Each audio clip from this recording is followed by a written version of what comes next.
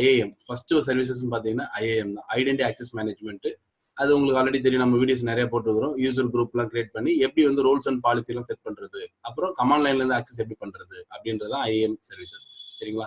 AWS மொத்த அக்கௌண்ட்டுக்கு மொத்த அந்த இதுக்கும் ஒரு என்ட்ரி வந்து பார்த்தீங்கன்னா IAM தான். அந்த IAM வந்து எப்படி வந்து ரொம்ப மினிமம் லெவலில் வந்து பர்மிஷன் கொடுக்குறது யூசர்ஸ்க்கு, இந்த மாதிரி வந்துட்டு கம்ப்ளீட் வந்துட்டு ஒரு செக்யூரிட்டிக்கு வந்துட்டு IAM தான் ஃபர்ஸ்ட் ப்ரிஃபரன்ஸ். அதனால IAM வந்து நல்லா உங்களுக்கு தெரிஞ்சிருக்கணும். செகண்ட் வந்து பார்த்தீங்கன்னா VPC. உங்களுடைய இன்ஃபோ நீங்க போட போறீங்க அப்படின்னா ஃபர்ஸ்ட் என்ன பண்ணுவீங்க அப்படின்னா ஒரு VPC சப்நெட் இந்த மாதிரி கிரியேட் பண்ணுவீங்க. அதுக்குள்ள செக்யூரிட்டின்னு பார்த்தீங்கன்னா செக்யூரிட்டி குரூப், நெட்வொர்க் ACL இந்த மாதிரி நம்ம செட் பண்ணுவோம். உங்களோட ஆன் ப்ராம்ல இருந்து நீங்க கனெக்ட் பண்ணா VPN கிரியேட் பண்ணுவீங்க. அப்போ VPC அப்படிங்கிறது செகண்டா நம்ம வந்து போட்டுருக்கோம். ரொம்ப ஃபர்ஸ்டா நீங்க தெரிஞ்சிருக்கணும் அப்படின்னு. தேர்ட் வந்து பார்த்தீங்கன்னா EC2 தான் மோஸ்ட். இன்னைக்கு வந்துட்டு ஒவ்வொரு கம்பெனிலையும் அவங்களோட பில்லிங் வருது அப்படின்னா அதுல மோஸ்ட் அமௌண்ட் வந்து பார்த்தீங்கன்னா அவங்களோட எலாஸ்டிக் கம்ப்யூட் க்ளவுட் இந்த EC2 தான் அவங்களுக்கு எக்ஸ்பெண்ட் பண்ணுவாங்க. அப்போ அந்த EC2 வந்து நம்ம கண்டிப்பாக தெரிஞ்சிருக்கணும். அதுதான் நம்மளுடைய தேர்ட் சர்வீஸாக இது பண்ணுறோம். சர்வர் நம்ம விர்ச்சுவல் மிஷின் அங்கே தான் லான்ச் பண்ணுறோம். அப்போ அதோட டைப்ஸ் என்ன, அதில் ஸ்பாட் இன்ஸ்டன்ஸ்ன்றாங்க, ஆன் டிமாண்ட்றாங்க, அதுக்கு என்ன டிஃப்ரெண்ட்டு, அதில் வந்துட்டு EBS எலாஸ்டிக் பிளாக் ஸ்டோரேஜ், அதில் EBS வால்யூம், அதில் என்னென்ன டைப்லாம் இருக்குது, அது எப்படி ஏஎம் எடுக்கிறது, ஸ்னாப்ஷாட்டு, அப்புறம் லோட் பேலன்ஸ், அப்புறம் ஆட்டோ ஸ்கேலிங், இது எல்லாமே வந்து பார்த்தீங்கன்னா EC2 வந்து கவர் ஆகும். EC2 உங்களுக்கு மேண்டேட்டரியாக தெரிஞ்சிருக்கணும் அப்படின்னு சொல்கிறோம். ஃபோர்த் சர்வீஸ் பார்த்தீங்கன்னா RDS.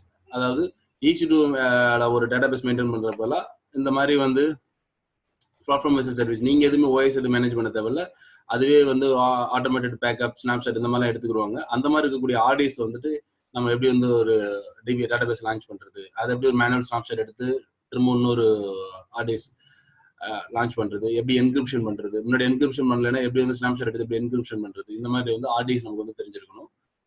ஃபிஃப்த் சர்வீஸ் பார்த்தீங்கன்னா S3 வந்து கம்பல்சரி எல்லாத்துலேயும் பார்த்தீங்க அப்படின்னா இந்த மாதிரி ஆப்ஜெக்ட் ஸ்டோரேஜ்க்காக யூஸ் பண்ணுறது. அதில் எப்படி லைஃப் சைக்கிள் என்னென்ன லைஃப் சைக்கிள் இருக்குது, வெர்ஷன் கண்ட்ரோல் எப்படி பண்ணுறது, ஸ்டாட்டிக் வெப்சைட் எப்படி வந்து நம்ம ஹோஸ்ட் பண்ணுறது, அதில் எப்படி என்கிரிப்ஷன் எனேபிள் பண்ணுறது, இது எல்லாமே உங்களுக்கு தெரிஞ்சிருக்கணும்.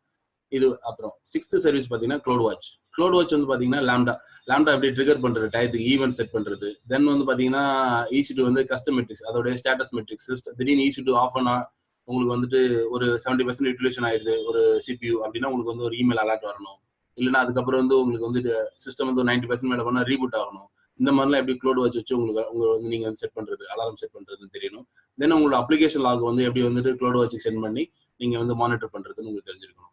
அப்புறம் செவன்த் சர்வீஸ் பார்த்தா லாம்டா அப்படின்றது வந்து ஒரு சர்வர்லெஸ் கம்ப்யூட்டிங் எல்லாருக்கும் உங்களுக்கு தெரியும். அதில் வந்து எப்படி வந்து EC2 RDSலாம் ஆஃப் ஆன் பண்ணுறது, ஸ்னாப்ஷாட் எப்படி ஷெட்யூல் பண்ணுறது, இந்த மாதிரி நிறைய ஒர்க் இருக்கு. நான் மினிமம் இந்த மாதிரி எழுதியிருக்கிறேன். லாம்டானா என்னன்னு உங்களுக்கு தெரியணும், அதில் என்னென்ன ப்ரோக்ராம் லாங்குவேஜ்ல உங்களால் கோடு இது பண்ண முடியும், உங்களோட ஸ்கிரிப்ட் ரன் பண்ண முடியும்னு உங்களுக்கு தெரிஞ்சிருக்கணும். சரிங்களா? லாம்டா எப்படி வந்து ட்ரிகர் பண்ணுறது அப்படின்னு நம்ம பார்க்கலாம், தெரிஞ்சிருக்கணும் கண்டிப்பாக நீங்கள். எயித்து சர்வீஸ் நம்ம பார்க்குறது க்ளவுட் ட்ரையல். எப்படி வந்து IAM வந்துட்டு யூசரோட ஆக்டிவிட்டியோ அதே மாதிரி க்ளவுட் ட்ரையல் வந்து பார்த்தீங்கன்னா யூசரோட கொடுத்த பர்மிஷன் ஆக்டிவிட்டி அவங்க என்ன பண்ணாங்க அப்படின்றது வந்து பார்த்தீங்கன்னா நம்ம க்ளவுட் ட்ரையல் தான் பார்ப்போம். அவங்க வந்து என்னென்ன சேஞ்சஸ் பண்ணாங்க உங்களுடைய ரிசோர்ஸில் அப்படின்ற ஆக்டிவிட்டிலாம் மேனேஜ் பண்ணுறது க்ளவுட் ட்ரையல். அப்போ க்ளவுட் ட்ரையல் அப்படின்றது ரொம்ப பெரிய மேண்டரி. அதில் எப்படி நம்ம வந்துட்டு மானிட்டரிங் பண்ணுறது, யூசர் பேஸ்டு, டைம் பேஸ்டு எப்படிலாம் சர்ச் பண்ணி எடுக்க முடியும் அப்படின்னு நம்ம தெரிஞ்சுக்கணும். அதில் எப்படி க்ளவுட் ட்ரையல் எனேபிள் பண்ணி ஒரு 90 days தான் அது நார்மலாக இருக்கும் உங்களுக்கு லாகெல்லாம். அதுக்கப்புறம் உங்களுக்கு S3ல நீங்கள் வந்து மூவ் பண்ணணும். அதை எப்படி மூவ் பண்ணுறதுன்னு தெரிஞ்சிருக்கணும். 9th வந்து பார்த்தீங்கன்னா ரவுட் 43 DNS ரவுட்டிங்காக யூஸ் பண்ணுறது, அதில் எப்படி டொமைன் நேம்லாம் மேப் பண்ணுறது அப்படின்னு உங்களுக்கு தெரிஞ்சிருக்கணும். சரிங்களா? 10th வந்து பார்த்தீங்கன்னா க்ளவுட் ஃபார்மேஷன். இந்த இருக்க எல்லா ஒர்க்குமே நீங்கள் வந்து ஒரு கோடை வச்சு நீங்கள் இன்ஃப்ரா போட முடியும், உங்கள் ஆட்டோமேட் பண்ண முடியும். அது எப்படி ஒரு EC2 VPC எல்லாத்தையும் வந்து நீங்கள் ஒரு ஆட்டோமேஷன் பண்ண முடியும்.